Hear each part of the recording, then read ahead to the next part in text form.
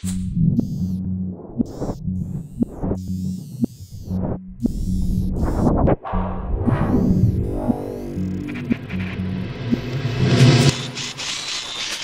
PhotoPlus 2014 in New York City, I'm Michael Artsis. Thanks so much for joining us. I've got Dave here from LYTRO. We're in the LYTRO booth.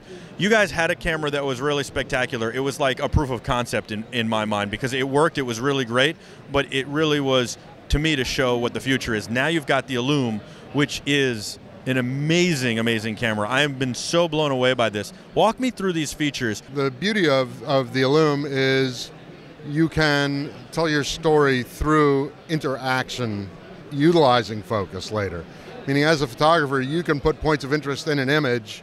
As a viewer, I can go in and discover what you put in there, and that provides a level of interactivity. And storytelling. And storytelling, absolutely. That's awesome. Absolutely. And what I've noticed too is, so this has got a huge sensor. It's like, it's not 40 megapixels, it's like 40 mega something. 40 mega ray. Yeah. And so what we're doing is we're not capturing imagery as you would normally capture imagery. We're all used to capturing three-dimensional space into one dimension, onto a negative, or a glass plate, or a digital imager. What we do is we capture 3 dimensions of space into a dimensional imaging package called a light field. A light field contains data between a near and a far point, all the data. And then we can move around in that image later. It's so unbelievable. So if you wanted, just to give people an idea, you can focus the picture and then print it out, then refocus the picture, print it out. You can put it on screens, you can display it, and then have this interactivity. It can literally live anywhere. You know, I think the biggest question you probably get is, can you print it out? Of course you can print it out, but you can email it and all this stuff, but you can have this great interactivity involved in it. And just to walk through the camera real quick, the physical features. You've got an f-stop of a 2.0 on a 30 to 250 lens. Correct. It's a 30 to 250 f2, fixed aperture, fixed lens. So you cannot change lenses, but 30 to 250 f2. Right, which is really awesome and a good zoom range. The beauty is once you get the light field, which you've captured at f2, in the software you can make it anywhere from f1 to f16. Unbelievable. Right. And then you've got this huge LCD on the back, which is really phenomenal. And walk me, so now we see the camera, and basically just to give people an idea, what is the sensor size about, like an equivalent? It's about a 1-inch sensor. If we're you're talking about physical size or resolution? I was talking physical size. It's about a 1-inch sensor. What we're seeing on the image here, we've got zebra going, showing us overexposure. I'm looking at it from the side. I hope you can see it well. But the thing that's important to note here, as I focus, you'll notice on the right side of the screen, there's a little stripy color thing moving around. On the top is a white line and on the bottom is a white line. That's my refocusable range. So when I'm focusing a camera, I'm determining what goes in that range. And ideally, what I want is I want my near subject to be at the front and my far subject to be at the back. And that's a little difficult to judge when you first use the camera, so we offer you a tool, a focus assist tool, which I'm going to turn on, which is, it's like focus peaking, except it's not just showing me what's sharp, but it's showing me the range of the image. So the orange stuff is the back of the light field, the blue is the front of the light field. Now I just changed the focus slightly. What I have now is I've stuck the young lady at the front of the light field, and in the back of the light field is this gentleman over here. When I take the photograph, let me just adjust a little bit, there we go.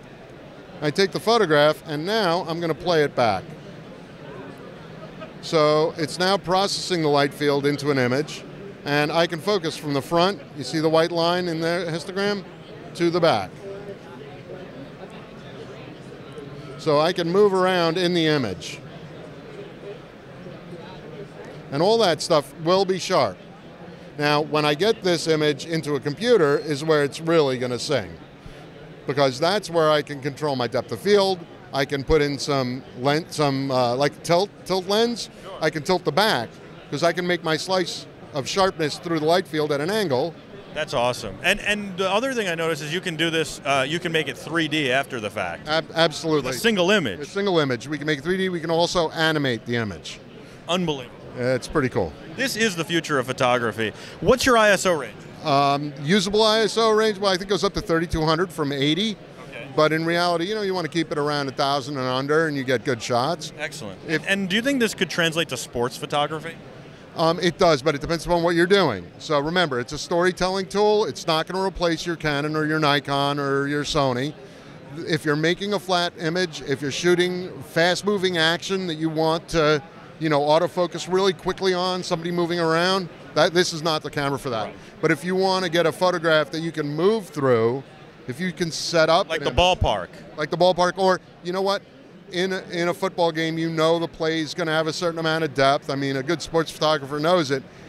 Once the people are out in the field, they can capture an image, and then you can move through that image. This is so amazing. I'm so excited by it. It's your software that we use to edit it? Yes, it's LYTRO software. It's free. Download it. It's updated regularly. And this is available now? Yes, today.